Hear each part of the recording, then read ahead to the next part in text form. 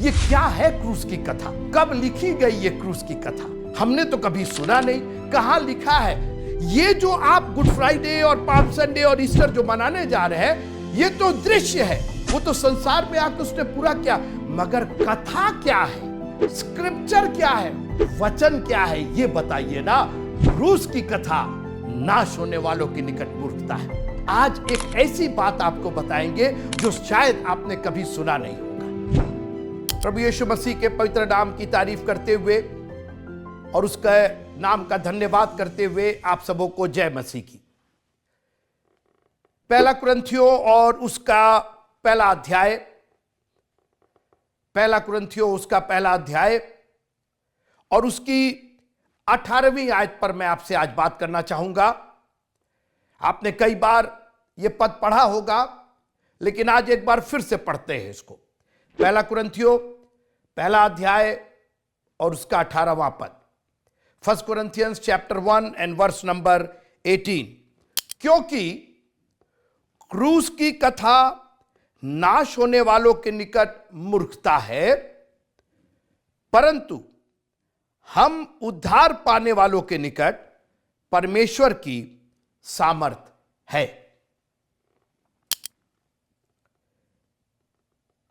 आज मैं जिस विषय पर आपसे बात करना चाहता हूं, बहुत ध्यान से उसको सुनिएगा। आज एक मैं ऐसी चीज का खुलासा करना चाहता हूं जो हो सकता है आपने पहले कभी सुना ना हो, और इसलिए मेरा निवेदन है कि आप आखिरी तक इस सुसमाचार को देखिएगा, सुनिएगा। कई बार हम जो पढ़ते हैं वो इतना सरल होता है, और खास करके मैं परमेश्वर के कलाम की बात कर रहा हूं। परमेश्वर का कलाम इतना सरल है कि वो हमारे लिए कठिन हो जाता है। वो इतना सरल है क्योंकि आपको ऐसा लगता है कि नहीं, इसमें कुछ और है। ठीक बात है, उसमें कुछ और है, मगर अगर आप प्रभु की नजर से आप देखें, पवित्र आत्मा की सामर्थ उसके नजरिए से, विश्वास के चश्मे से जब आप देखेंगे तो आपको बहुत आसानी से समझ में आ जाएगा। और परमेश्वर ने इतना सरल बनाया। अब 10 हुकुम को आप देख लीजिए। तू मुझे छोड़ दूसरे की उपासना न करना। इसमें कौन सा साइंस है, यह बताइए। कितना आपको पढ़ना पड़ेगा कि यह समझ में आए कि अगर परमेश्वर एक नहीं है, भाई पिता तो एक ही होगा ना। आपकी पैदाइश में एक ही पिता का हाथ है, एक ही माता से आप पैदा हुए हैं। आप पूरे मोहल्ले को पिता कहिए, पूरे शहर को, पूरे गांव को पिता कहिए, लेकिन आपका जो बायोलॉजिकल या शारीरिक पिता होगा वो एक ही होगा। लाख कोशिश के बाद 2 पिता से आप पैदा नहीं हो सकते, 2 माता से आप पैदा नहीं हो सकते। इसलिए यह कितना मुश्किल है जब उसने कहा मुझे छोड़ दूसरों को ईश्वर करके ना मानना। मैं ही तुम्हारा आत्मिक पिता हूं और मैं ही हूं, मैं अकेला हूं। अगर मैं पिता हूं तो मैं ही पिता हूं, फिर और कोई पिता नहीं। अगर मैं ईश्वर हूं तो मैं ही ईश्वर हूं, मेरे सिवा और कोई ईश्वर है ही नहीं। Because God is one. तू कोई मूर्त खोद कर ना बनाना। इसमें कितना बड़ा ज्ञान चाहिए आपको। अरे भाई, जब वो जिंदा है तो जिंदे की मूर्त थोड़ी बनती है, जिंदे की तस्वीर थोड़ी होती है।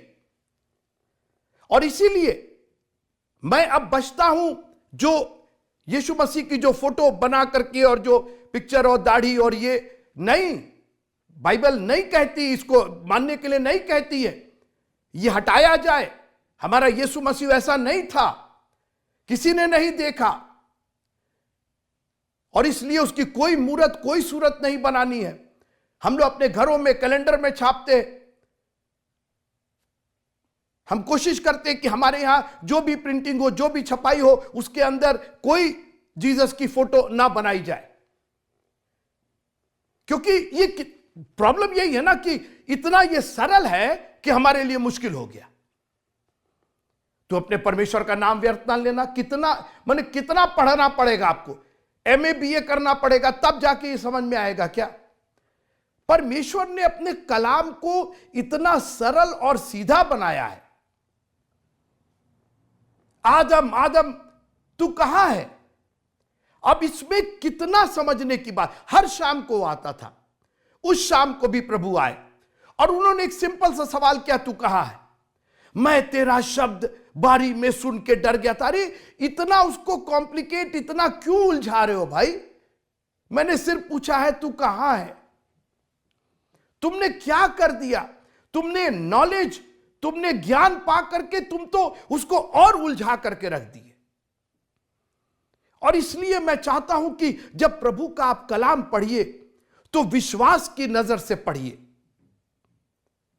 और कहिए, प्रभु ये इतना सरल आपने बनाया है। मैं बताऊं कितना सरल बनाया है। जरा पढ़िएगा व्यवस्था विवरण, मेरे साथ निकालिए व्यवस्था विवरण। देखिए कितना सरल बनाया उसने। व्यवस्था विवरण उसका 30वां अध्याय, ड्यूट्रॉनमी एंड चैप्टर नंबर 30। व्यवस्था विवरण 30वां अध्याय 30 और उसकी 11वीं आयत से मैं पढ़ना चाहता हूं। सुनिएगा। देखो मैं क्या बोल रहा हूं, उसने कितना सरल बनाया है। देखो ये जो आज्ञा मैं आज तुम्हें सुनाता हूं, वह ना तो तेरे लिए अनोखी और ना दूर है। अरे इट्स ए स्ट्रेंज वर्ड। अरे तो बड़ा अनोखा है। अनोखा नहीं, सुनिए, वह ना तो तेरे लिए अनोखी और ना दूर है, और ना तो वह यह आकाश में है कि तू कहे कि कौन हमारे लिए आकाश में चढ़कर उसे हमारे पास ले आए। सुनिए आपके बहाने। अरे वो हम पढ़ते नहीं है ना, हम पुराना नियम नहीं पढ़ते हैं, समझ में नहीं आता है। अरे खूब बहाने बनाइए आप। आगे सुनिए। न तो ये आकाश में है कि तू कहे कि कौन हमारे लिए आकाश में चढ़कर उसे हमारे पास ले आए और हमको सुनाए कि हम उसे माने, और न यह समुद्र पार है कि तू कहे कौन हमारे लिए समुद्र पार जाए और उसे हमारे पास ले आए और हमको सुनाए कि हम उसे माने, परंतु यह वचन तेरे बहुत निकट वरन तेरे मुंह और मन ही में है, ताकि तू इस पर चले। बनाइए बहाने। ना तो ये आकाश में है कि तुम बहाना बनाओ कि भाई आकाश पर चढ़ करके अंतरिक्ष से कौन लाएगा परमेश्वर का वचन, और ना तो ये समुद्र के उस पार है। ये तेरे मुंह में है और तेरे मन में है, और इसलिए है कि ये बहुत निकट है ताकि तू उस पर चले। मैंने कहा ना कि ये संसार जो है वो उसने अपने आप को इतना उलझा लिया है। प्लीज आप अगर ये वचन देख रहे हैं तो बहुत उलझाऊ चीज में मत जाइए आप। परमेश्वर का वचन, मैंने कहा, मुंह में है, मन में है। मैंने तेरे वचन को अपने हृदय में रख छोड़ा है। मैं इसी पर चलना चाहता हूं ताकि तेरे खिलाफ पाप ना करूं। हां, संसार के हाकिम नहीं जानेंगे, बड़े बड़े लोग नहीं जान पाए और क्या क्या कर रहे हैं आजकल। आप जो बड़े बड़े प्रीचर्स के पीछे पगलाए हुए, आप सोच रहे हैं कि बाप रे बाप इतने लाख लोग और इतने लाख लोग और ये इतने बड़े। अरे परमेश्वर का कलाम से बढ़कर के और क्या बड़ा है। और मैं बताऊं, संसार के हाकिमों ने, बड़े लोगों ने तो उसको जाना ही नहीं, पहचाना ही नहीं। यीशु मसीह ने कहा कि समझदारों, ज्ञानवानों से छिपा करके दूध पीते बच्चों पर उसने प्रकट किया है। और वहीं पढ़िए ना, पहला कुरिन्थियों उसका 2 अध्याय और उसकी 8वीं आयत। पहला कुरिन्थियों 2 अध्याय और 8वीं आयत। 1 Corinthians chapter 2 and verse number 8। जिसे इस संसार के हाकिमों में से किसी ने नहीं जाना। यीशु मसीह के बारे में बात हो रही है।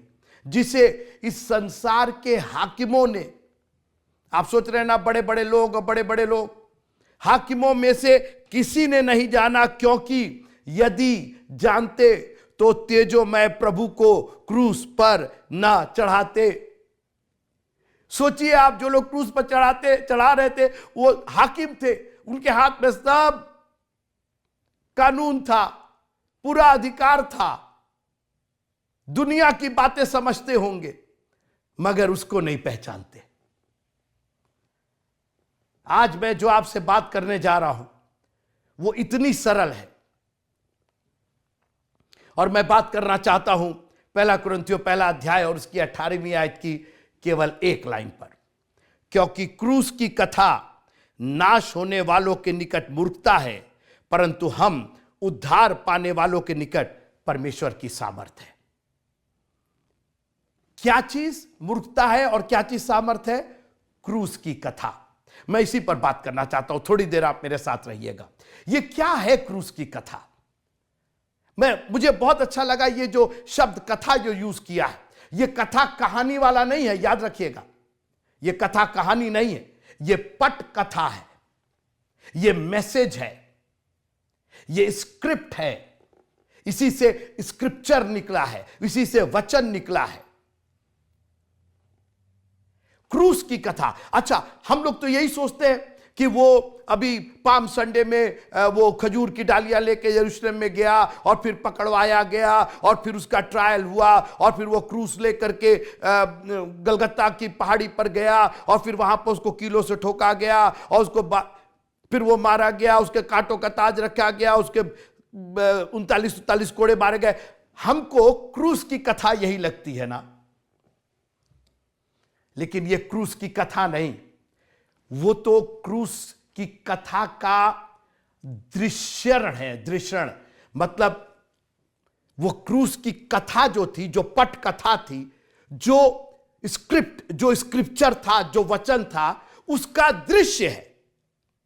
एक तरीके से मैं आपको समझाऊं, जब कोई फिल्म बनती है, मूवी बनती है, कोई पिक्चर बनती है, तो पहले वो लेखक के दिमाग में होती है, फिर लेखक उसको कलम कागज लेकर के उसकी कथा लिखता है, पट कथा लिखता है। उसको पट कथा बोलते हैं, उसको स्क्रिप्ट बोलते हैं।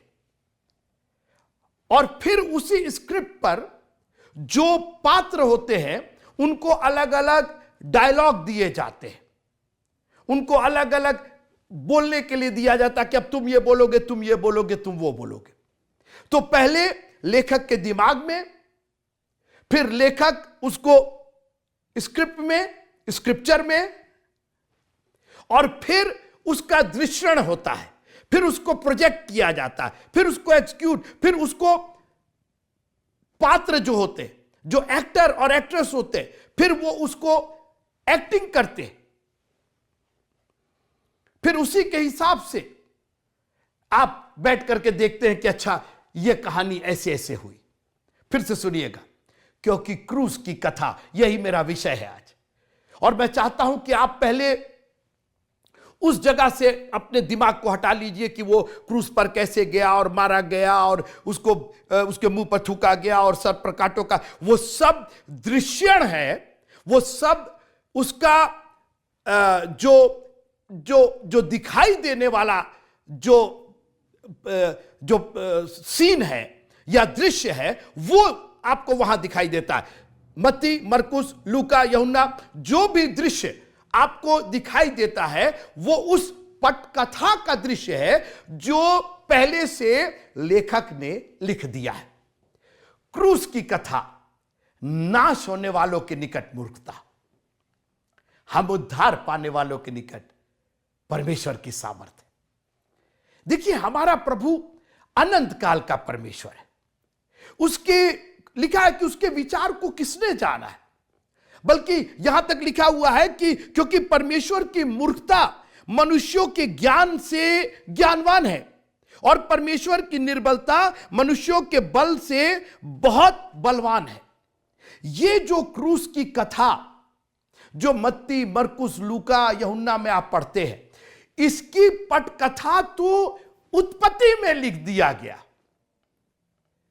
वो जगत का मेमना जो वो परमेश्वर का मेमना जो जगत की नींव से, सोचिए आप, ये जो आप गुड फ्राइडे और पाम संडे और ईस्टर जो मनाने जा रहे हैं, ये तो दृश्य है, ये तो उसको दिखाया गया है, उसको करके दिखाया गया है जो ऑलरेडी परमेश्वर के दिमाग में था, जो उसने ऑलरेडी सोच रखा था।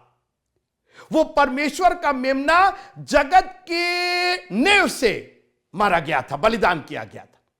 और इसलिए आप ये सब छोड़ के मेरे साथ उत्पत्ति की पुस्तक में आइए। आज एक ऐसी बात आपको बताएंगे जो शायद आपने कभी सुना नहीं होगा, और इसलिए थोड़ी देर मेरे साथ रहिए। उत्पत्ति की पुस्तक में क्या बात कर रहा हूं? क्रूस की कथा की बात कर रहा हूं। यह क्या है क्रूस की कथा? कब लिखी गई ये क्रूस की कथा? हमने तो कभी सुना नहीं। कहां लिखा है? अरे वो जो मारा गया, गाड़ा गया, वो जो आप गतसमनी और क्रूस और उसका लहू बहाना, वो सब तो दृश्य है, वो तो उसको क्रियान्वित किया गया है, उसको तो स्टेज पर ला करके रखा गया है, वो तो संसार में आके उसने पूरा किया। मगर कथा क्या है? स्टोरी क्या है? स्क्रिप्ट क्या है? स्क्रिप्चर क्या है? वचन क्या है? ये बताइए ना। क्रूस की कथा नाश होने वालों के निकट मूर्खता है, मगर हम उद्धार पाने वाले। जब तक आपको क्रूस की कथा नहीं पता चलेगी, तब तक परमेश्वर की सामर्थ कैसे आएगी? जब क्रूस की कथा आपको मालूम हो जाएगी, तो परमेश्वर की सामर्थ भी आ जाएगी। मुझे पूरा यकीन है कि आप जो इस संदेश को सुन रहे हैं, आपके लिए क्रूस की कथा मूर्खता नहीं होगी, बल्कि परमेश्वर की सामर्थ होगी। और आज तक अगर आपने क्रूस की कथा नहीं समझी और मूर्खता किए जा रहे हैं, लेकिन आज के बाद से आप ऐसा नहीं करेंगे। उत्पत्ति की पुस्तक उसका 3रा अध्याय। आदि में परमेश्वर ने आकाश और पृथ्वी की रचना की। 5 दिन उसने सारी कायनात को तैयार कर दिया, प्रकृति तैयार हो गई। किसके लिए? 6वें दिन के लिए। तब परमेश्वर ने कहा, आओ हम मनुष्य को अपने स्वरूप और अपनी समानता में बनाए, और फिर नर और नारी करके उनकी सृष्टि की। बागे अदन लगाया और उसमें आदम और हवा को रखा। आदम को भूमि की मिट्टी से रचा, उसके नथनों में जीवन का श्वास दिया। उसका अकेला रहना अच्छा नहीं था, इसलिए परमेश्वर ने उसकी पसली की एक हड्डी निकाल करके उससे उसके लिए एक संगनी बनाई, हवा बनाई। नर और नारी बन के तैयार हो गए। एक दिन हवा अकेले थी और इब्लीस सांप के रूप में हवा के पास आता है, और एक वृक्ष था जिसके फल को परमेश्वर ने मना किया था, नहीं खाना है। कितना बड़ा ज्ञान चाहिए तुमको, जब कहा नहीं खाना है तो नहीं खाना है। वो सृष्टि करता है, वो निर्माता है। आप मान लीजिए कि आपने कोई यंत्र खरीदा, कोई इलेक्ट्रॉनिक आइटम खरीदा, या कोई ऐसा मशीन खरीदा आपने, और उसके बनाने वाले ने आपको बताया कि सर ये बटन आप दबाएंगे तो ऐसा होगा, वो बटन, लेकिन ये वाला बटन नहीं दबाना है, किसी कीमत पर ये नहीं दबाइएगा। ये दबाइएगा आपकी पूरी मशीन ब्लास्ट कर जाएगी। कौन बोल रहा है? जिसने मशीन बनाई है, जिसने उस बटन को वहां लगाया है, वही बोल रहा है कि खबरदार इस बटन को, इस स्विच को मत दबाइएगा, मत छूइएगा, इसको छोड़ दीजिए। अरे आपने जो भी, आप रहने दीजिए ना, हमने बनाया मशीन को, जब जरूरत होगी तो उसका इस्तेमाल किया जाएगा, आप नहीं छूइएगा। आप और उसका परिणाम भी बता रहा, आप छुएंगे तो ये मशीन ब्लास्ट कर जाएगी, ये फट जाएगी, नुकसान हो जाएगा आपका, मत छुइएगा। और वो तो बता के चला गया, लेकिन आप तो कुछ ज्यादा ही दिमागदार निकले। आपने कहा मशीन उसने बनाई होगी, चलाएंगे तो हम ही ना। और सबसे पहले आपने जाके वही बटन दबा दिया जो उसने मना किया था। अरे वो सृष्टि करता है, उसने जब कहा है कि खाना तक नहीं, तो क्यों आप खाए? क्योंकि आप अपने आप को ज्यादा होशियार समझते हैं ना। आप सोचते हैं कि टाइम आपके हाथ में है, इसीलिए परमेश्वर के वचन को पढ़ने में आपको टाइम खर्च हो जा रहा है। अरे समय नहीं है परमेश्वर के वचन को पढ़ने का। जिसने समय बनाया और समय दिया है उसी के लिए समय नहीं है। वाह! और इन्होंने फल तोड़ करके खाया और परिणाम क्या हुआ? परमेश्वर की महिमा से रहित हो गए। उसी दिन आत्मिक रूप से ये दोनों मर गए। शाम को परमेश्वर आते थे, आज भी परमेश्वर आए। आदम आदम तू कहां है? मैं तेरा शब्द बारी में सुन के डर गया। अब परमेश्वर ने, अब ये अपने बहाने बनाने लगे। अब परमेश्वर ने क्या कहा ये सुनिएगा। यहीं से वो पटकथा लिखी गई, पहला कुरिन्थियों पहला अध्याय और उसकी 18वीं आयत। क्योंकि क्रूस की कथा, वो कथा यहीं से आरंभ हुई है। उत्पत्ति की पुस्तक उसका 3रा अध्याय और उसकी 15वीं आयत, यह है पटकथा का सब बेस। जो नेव है उस क्रूस की कथा का, वो यही नेव है। इन 4 लाइनों में पूरी क्रूस की कथा लिखी हुई है। सुनिए मेरे साथ। और मैं तेरे, सांप के लिए, मैं तेरे और इस स्त्री के बीच में, अब मेरे को सुनते रहिएगा, आप ये खोले रहिए वचन और मेरे को सुनिए। मैं तेरे और स्त्री के, मैं आगे पढ़ दे रहा हूं, बैर उत्पन्न करूंगा।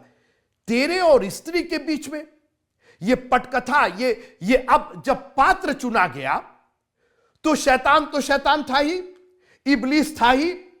ये स्त्री जो थी, ये नए नियम में पटकथा जो आई, जो पात्र चुना गया, ये कलीसिया हो गई।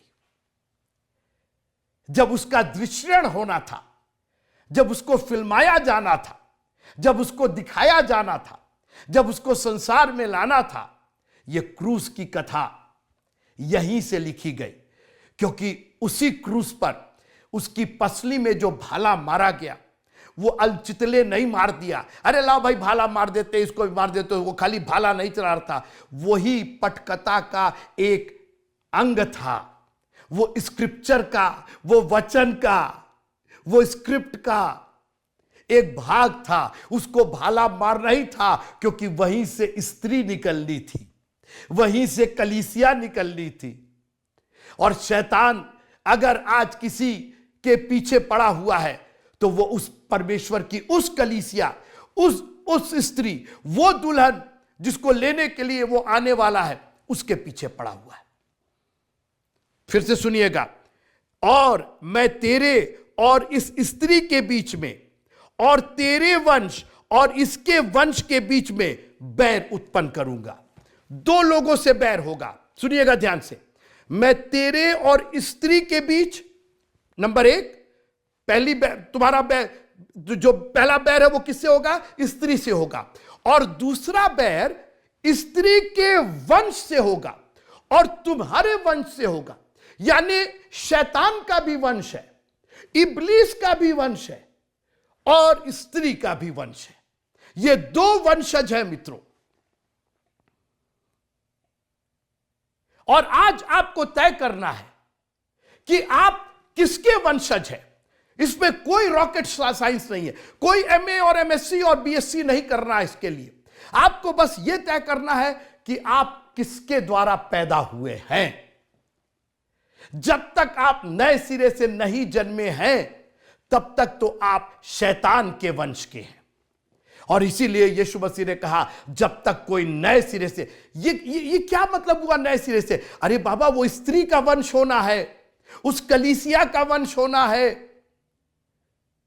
नहीं तो तुम, यीशु मसीह ने शास्त्री फरीसियों से कहा, हे सांप के बच्चों, किस सांप की चर्चा? यही वंश की बात कर रहे थे।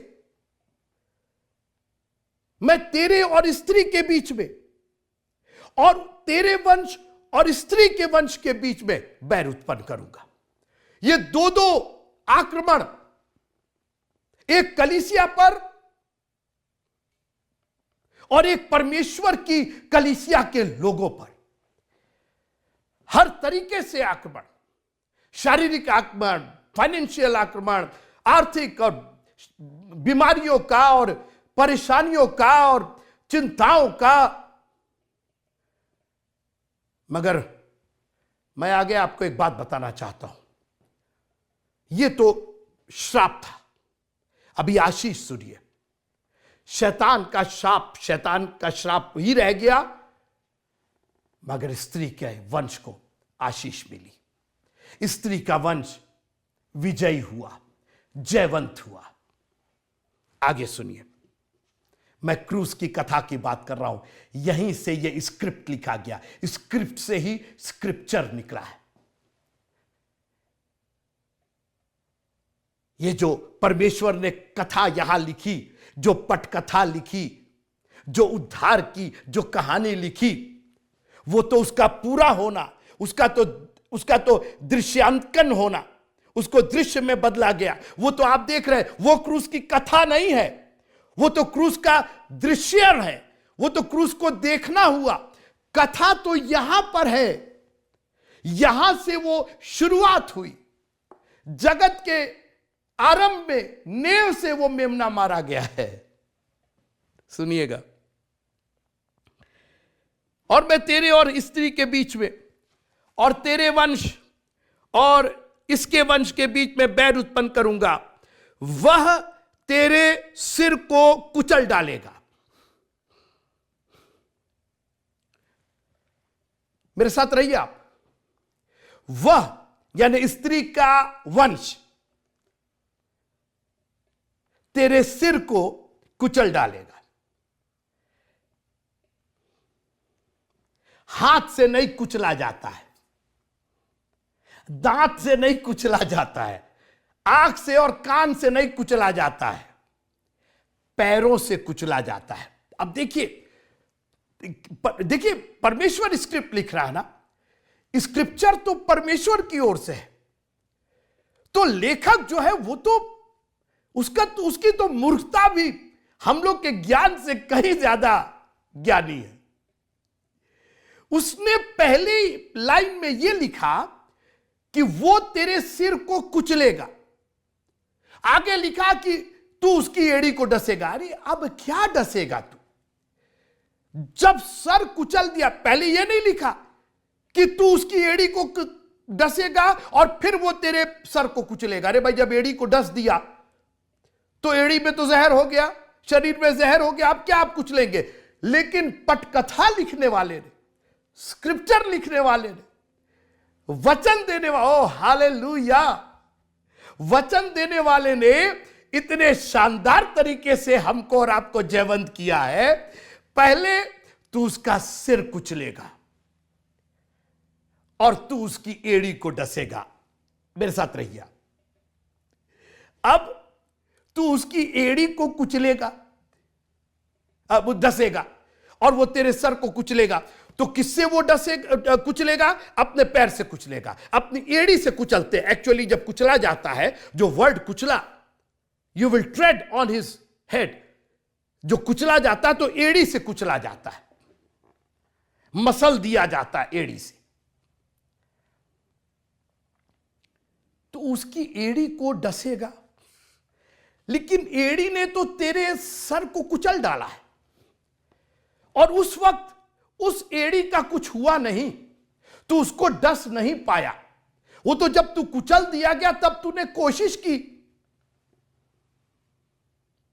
तूने सोचा कि उसको क्रूस पर मौत दे देंगे तो वो तो खत्म हो गया, एड़ी को मैंने डस लिया है।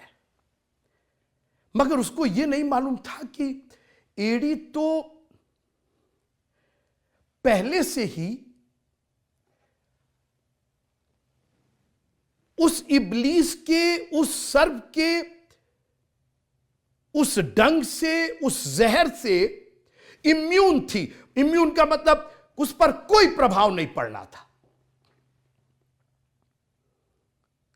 मेरी बात सुनिएगा, पानी वचन को दर्शाता है। जल में बपतिस्मा, वचन में बपतिस्मा, और बाइबल कहती भी है कि वचन के जल से स्नान। तो जल जो है वो वचन को दर्शाता है। एक दिन यीशु मसीह अपने चेलों के साथ बैठे हुए थे, तो लिखा है कि एकाएक उन्होंने गमछे को अपने कमर में बांधा और चेलों के पैर धोने लगे। एकाएक पतरस ने कहा कि सर, आप पूरे देह को लहरा दिए, क्या कर क्या रहे हैं? यीशु मसीह ने कहा, यह पटकथा जो उत्पत्ति की पुस्तक पहले 3 अध्याय और 15वीं आयत में लिखी है, उसी का यह दृश्य चल रहा है। तुम एक पात्र हो, मैं एक पात्र हूं। अब उसी को, वो जो लिखा गया है, उसी को हम लोग एक्टिंग में, अपने क्रिया में, अपने जीवन में उसको संपादित कर रहे हैं। ये जो मैं तुम्हारे सिर्फ पैर धो रहा हूं, देखिए, सिर्फ पैर धोने का मतलब केवल उंगली नहीं धोई जाती, पैर का मतलब पूरा पैर। और जब आप किसी चिलमची में या भगोने में जब आप पैर डालते हैं, तो सबसे पहले आपकी एड़ी जाती है। आप कोई भी पंजा डाल करके, कोई पंजा पहले नहीं डालता, पहले एड़ी जाती है। और उसने जल से लेके उनके पैर को कवर कर दिया अपने वचन से। कौन है वचन? वचन देहधारी होकर आज वो वचन पतरस, यूहन्ना, याकूब, थोमा के पैर को इम्यून कर रहा है, उसको ढक रहा है, वचन से ढक रहा है, ताकि जब वो एड़ी को डसेगा तो, अरे अब क्या डसेगा, पहले तुम्हारे पैर, तुम्हारी एड़ी इतनी मजबूत हो जाए कि तुम सांप के सर को कुचल डालो। और जब कुचल डालोगे तो वो ट्राई करेगा तुम्हारी एड़ी को डसने की, लेकिन कोई फर्क नहीं पड़ेगा, क्योंकि तुम तो उस जहर से बिल्कुल इम्यून हो, मेरे वचन से तुम ढके हुए हो। इसीलिए हम पैर धोने की विधि करते हैं। ये तो सिर्फ एक रूप है, एक स्वरूप है उसका, कि हम वचन से अपने पैर को ढक लेना चाहते हैं। अपने पांव में मेल मिलाप के सुसमाचार के जूते पहनकर हमें परमेश्वर ने अपने वचन से ढक लिया है। तू उसकी, वो तेरे सर को कुचलेगा। किससे कुचलेगा? अपनी एड़ी से कुचलेगा। एड़ी क्यों नहीं काटी जा पा रही है? इसलिए कि वो वचन से ढकी हुई है। And nothing can stand against the word of God. ये क्रूस की कथा, पट कथा उस अद्वैत परमेश्वर ने लिखी थी। उसको मालूम था कि वो क्या कर रहा है, उसको मालूम था कि कैसे करना है, इस पूरे दृश्य को कैसे एक साथ लेके और फिर आखिर में उद्धार का मार्ग इनके लिए खोलना है। क्रूस की कथा नाश होने वालों के निकट मूर्खता, लेकिन हम उद्धार पाने वालों के निकट परमेश्वर की सामर्थ है। जानते हैं क्यों? इसलिए कि उसने हमारी एड़ी को अपने वचन से ढाक दिया है। हालेलुया। काटो जितना काटना है, डसो जितना डसना है, हमारे पर कोई फर्क नहीं पड़ने वाला। लिखा है उसने मौत को खुल्लम खुल्ला तमाशा बनाया। ऐ मौत तेरा डंक कहां, ऐ कब्र तेरी फतह कहां। वो वचन जी उठा, वो वचन फिर से वचन हो गया।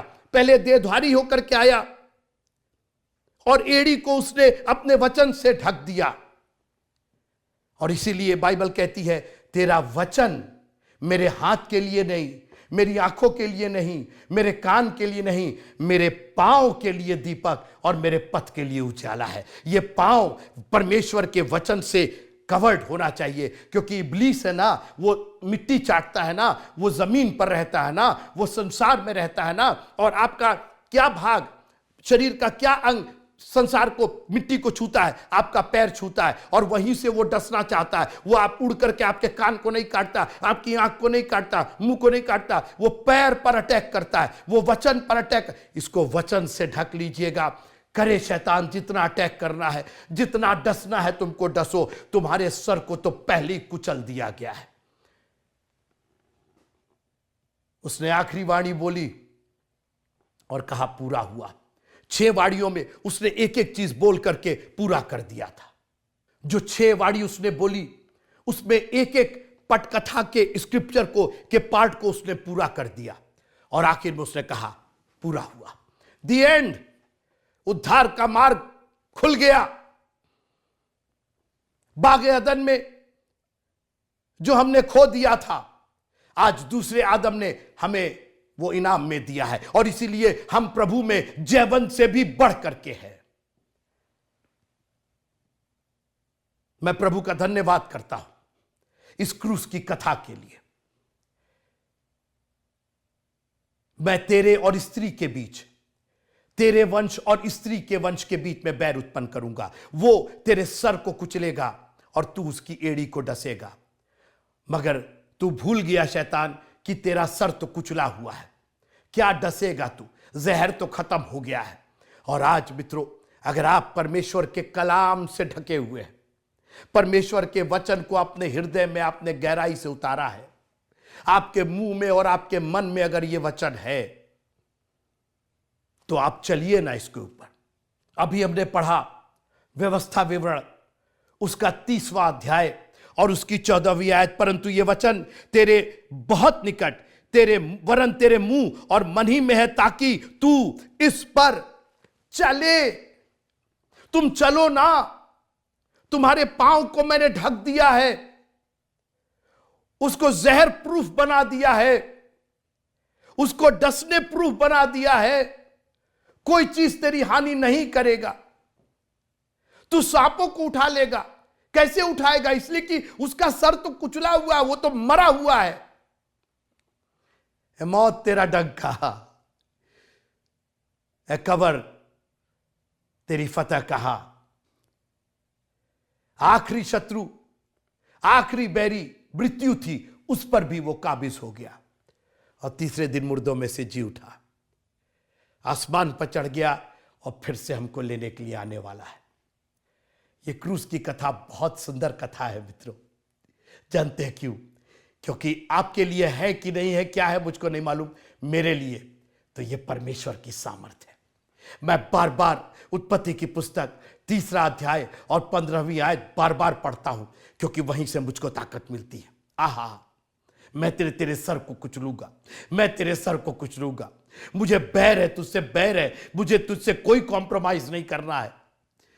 तू मेरा बैरी है, मुझको तेरे हुक्मों पर नहीं, मुझको प्रभु के हुक्म पर चलना है, मुझको 10 हुक्म पर चलना है।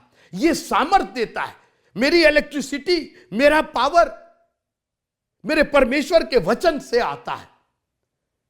मेरा पेट्रोल, मेरा डीजल, मुझ में जो ताकत आती है वो खुदा के कलाम से आती है। और जिस दिन आपको क्रूस की कथा समझ में आ जाएगी, ये मत्ती, मरकुस, लूका और यूहन्ना की कथा नहीं है, ये उत्पत्ति की कथा है। लिखी यहीं गई और वहां उसको क्रियान्वित किया गया, वहां उसको संसार को दिखाया गया, वहां उसने संसार में आकर के अपने उस पटकथा को, अपने उस स्क्रिप्ट को, अपने उस स्क्रिप्चर को, अपने उस वचन को पूरा करके दिखाया। मित्रों, मेरी यही दुआ है कि क्रूस की कथा आपके साथ बराबर बनी रहे। क्रूस की कथा, पटकथा आपके बगल में, आपके मुंह में, आपके मन में, आपके पैर में, हर जगह क्रूस की कथा दिखाई दे। The message of the cross be always with you. आपको क्रिसमस का मैसेज बहुत अच्छा लगता है, चरनी का मैसेज बहुत अच्छा लगता है, लेकिन परमेश्वर का कलाम क्रूस की कथा की बात करता है। जानते क्यों? क्योंकि क्रूस की कथा हमारे लिए परमेश्वर की सामर्थ है। खुदा आप सबको बड़ी आशीष दे। जय मसीह।